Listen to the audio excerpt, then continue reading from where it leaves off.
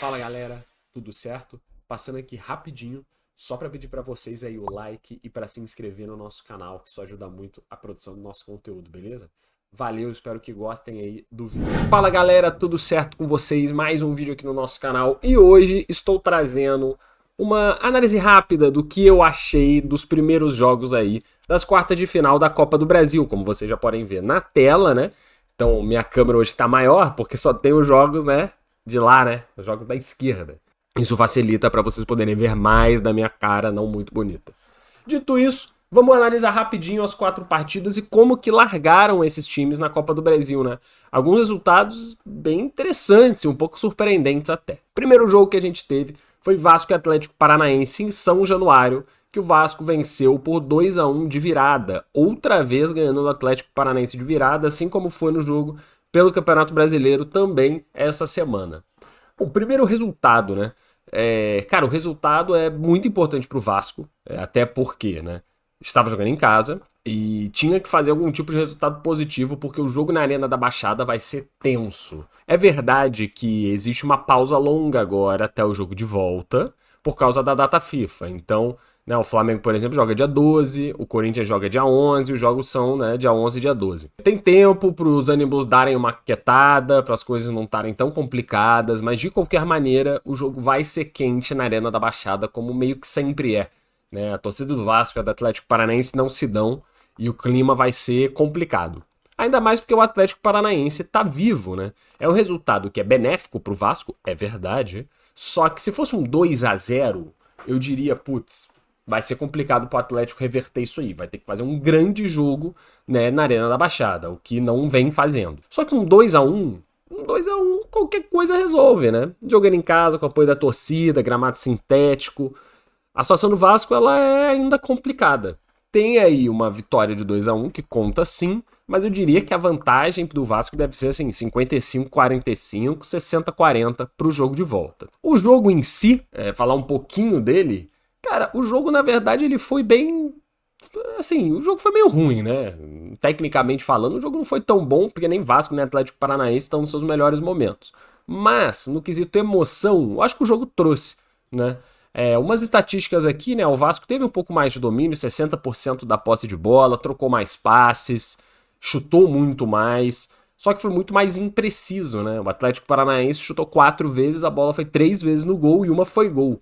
O Vasco chutou 11 vezes e acertou só 5 no gol, ou melhor, 5 para fora e 3 no gol. No fim das contas, o Vasco ele impôs um pouco o futebol, não no primeiro tempo, eu achei o primeiro tempo fraco do Vasco, bem fraco por sinal, até porque tomou gol, eu acho que se perdeu um pouco no jogo. Só que no segundo tempo ele conseguiu na base também da empurrância e da vontade os 2 gols.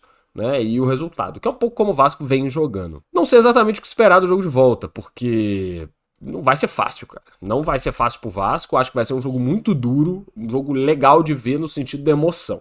Só que provavelmente, tecnicamente, vai ficar abaixo.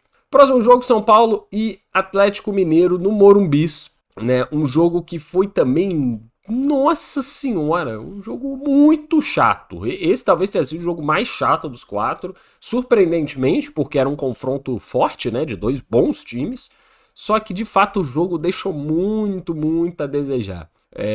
Eu coloco em parte a situação do que aconteceu com o esquerdo, né, do Nacional, que veio a falecer e tudo mais, e eu acho que isso afetou bastante o time do São Paulo, emocionalmente falando, né, até porque eles estavam lá, então afeta muito mais diretamente os jogadores que não estavam também no seu ideal, né, para essa partida. A verdade é essa, não estavam no seu ideal. E isso acho que afetou um pouco o jogo do São Paulo. E o Atlético Mineiro é um time também, cara, não empolga ninguém, né? É um time meio, sei lá, parece que não sabe muito bem o que tá fazendo em campo. Essa é a minha impressão do time do Atlético Mineiro, é um time perdido em campo, e já vem sendo assim há muitos jogos. Até por isso tá no meio da tabela do Brasileirão, né? Mesmo com um elenco super forte. O jogo... Né, o São Paulo teve aí também 60% de posse de bola, como os mandantes normalmente têm, maior número de passes, maior número de finalizações, uma situação parecida com a do Vasco. A diferença é que estava faltando exatamente essa empolgação. Eu não senti o São Paulo com a empolgação necessária para conseguir vencer uma partida como essa. Certo que teve o gol perdido do Lucas, uma cabeçada dentro da pequena área que ele não pode perder, porque ele estava sozinho, completamente livre, era só fazer o gol e ele errou. E isso pode fazer sim a diferença. Até porque o resultado foi péssimo pro São Paulo.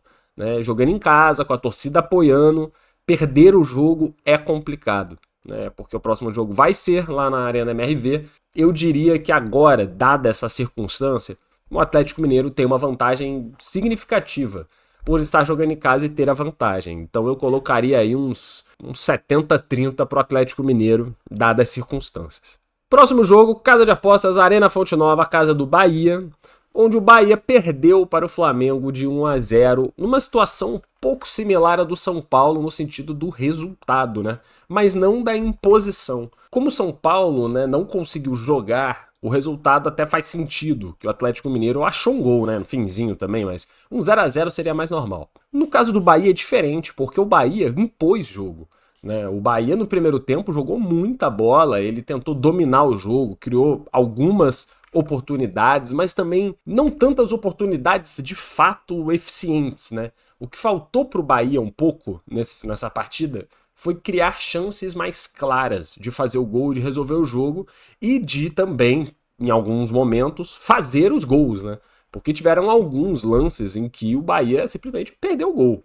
O Tassiano, se eu não me engano, perdeu 2 ou 3, um dentro da pequena área, que eu lembro claramente. O goleiro do Flamengo, Matheus Cunha, que é o goleiro da Copa do Brasil, né? Que é o goleiro reserva, na teoria, fez uma ou duas grandes defesas. Então, tipo assim, teve isso também, né? O Bahia ele não soube ser fatal, que é um problema clássico de times que não estão muito acostumados a chegar em fases agudas de Copa. O Bahia é um excelente time, que tem um planejamento muito bom. Mas para você ser campeão, você precisa constantemente estar disputando esses títulos. Que não é o caso do Bahia. O Bahia não está constantemente disputando esses títulos. Está começando a fazer isso agora. Parece que nesse jogo sentiu um pouco essa falta de capacidade de matar. Né? O Bahia ele jogou bem, cara. O Bahia joga bem, ele troca passes, acha jogadas, encontra espaços, aí chega perto do gol e erra. É complicado você conseguir se classificar dessa maneira. O Flamengo foi feliz, achou o gol e tem uma vantagem que é muito importante, cara. Gol do BH, né, o do Bruno Henrique de cabeça, que é característico dele também. E tem uma vantagem imensa, um Flamengo todo remendado, que teve mais 2 lesões, o De La Cruz e o Michael tiveram lesões de posterior de coxa e devem ficar fora pelo menos um mês, provavelmente um mês e meio, né, então estão fora do jogo da volta. O time está completamente remendado, todo desfacelado, mas conseguiu um resultado. Né, e agora vai ter tempo de descanso e vai voltar provavelmente mais forte do jeito que for possível no dia 12 de setembro.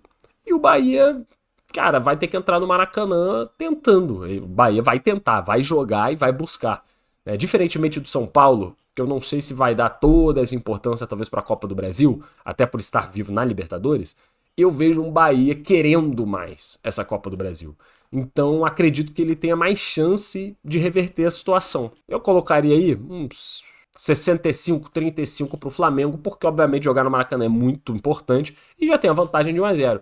Tem uma característica extra aqui, né? O Rogério Ceni, que é o técnico do Bahia, isso é uma loucura, tá? O técnico do Bahia, o Rogério Ceni, que já foi campeão pelo Flamengo, por sinal, como técnico, tem 12 ou 13 jogos contra o Flamengo na carreira como técnico. E perdeu todos eles. Pelo São Paulo e pelo Bahia. E pelo Fortaleza, eu acho também. Cara, é impressionante esse número. É surreal. Esse número é surreal. Isso aí vai ter que ser quebrado também se o Bahia quiser qualquer coisa ainda na Copa do Brasil. O último jogo, que foi Juventude e Corinthians. Cara, talvez o jogo mais parelho?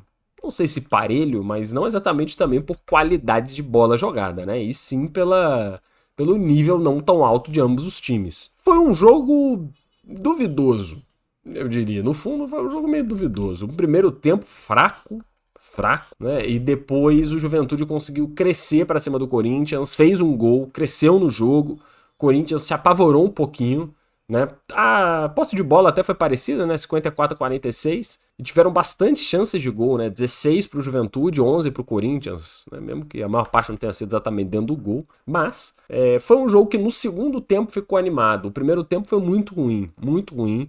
É que é uma tendência também de jogos de Copa, né? Os primeiros tempos não são tão bons por nervosismo e tudo mais, mas o segundo tempo melhorou. O Juventude fez um gol, fez o segundo gol, e no momento que o Juventude estava ganhando de 2-0, na minha cabeça o jogo tinha acabado, porque o jogo já estava acabando. O gol do Corinthians saiu aos 47 do segundo tempo. Né? Então naquele momento eu falei, putz, Corinthians está eliminado, porque não consigo enxergar esse time revertendo uma situação de 2-0. Time que faz pouquíssimos gols, tem uma dificuldade tremenda de criação de jogada, de finalização de jogada. Esse time do Corinthians é muito ruim. E beleza, que jogaria, né? Vai jogar na Neoquímica, mas eu acho que um 2-0 ia ser muito complicado. Só que o gol do Gustavo Henrique, né, do zagueirão Gustavo Henrique, ele dá uma vida nova para esse time do Corinthians. É um 2-1, cara, ele é sim irreversível.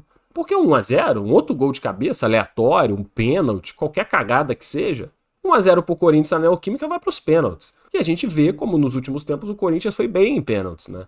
Tanto na Copa do Brasil como na Copa Sul-Americana. Então, tem vida. E isso muda muito, cara. Porque o time entra em campo sabendo que é possível, sabendo que não é uma aleatoriedade a classificação. E isso muda a performance dos jogadores. Então, esse gol pode ter sido crucial para uma classificação aqui do Corinthians na Copa do Brasil. Eu diria que esse aqui é 50-50. Todos os outros eu dou um leve favoritismo para alguém, né? Mas nesse aqui eu diria que é 50-50.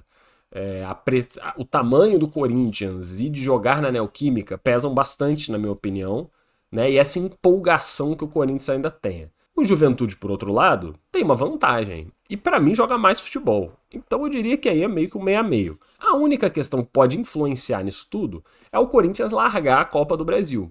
Tudo isso vai depender um pouco também no resultado do domingo contra o Flamengo no Campeonato Brasileiro. Porque o Corinthians tem que não cair, né? Essa é a prioridade. E como já está na Copa Sul-Americana, na minha cabeça, né? A prioridade deveria ser o brasileiro para não cair, beleza. Em segundo lugar, a Sul-Americana, porque é um título mais interessante, mesmo que mais difícil de ganhar. Mas tudo bem que a Copa do Brasil é difícil pra caramba também. E aí, por último, a Copa do Brasil. Então, talvez nesse jogo aí, volta da data FIFA, o Corinthians ele não jogue 100% contra o Juventude, poupe para o jogo de final de semana, que é do Brasileirão. Vamos ver qual vai ser a estratégia. Mas dada a circunstância, por jogar em casa, eu acho que o Corinthians vem à vera e tem uma chance legal de ganhar. É isso. Análise aí dos primeiros jogos da Copa do Brasil. Na volta da data FIFA, obviamente faremos aí o round-up, né? Vamos analisar o fechamento e os confrontos de semifinal da Copa do Brasil, que vai ficar legal, vai ficar bom. Espero que vocês tenham gostado do nosso vídeo. Vamos voltar com mais vídeos sempre nos próximos dias. Um forte abraço e até o próximo.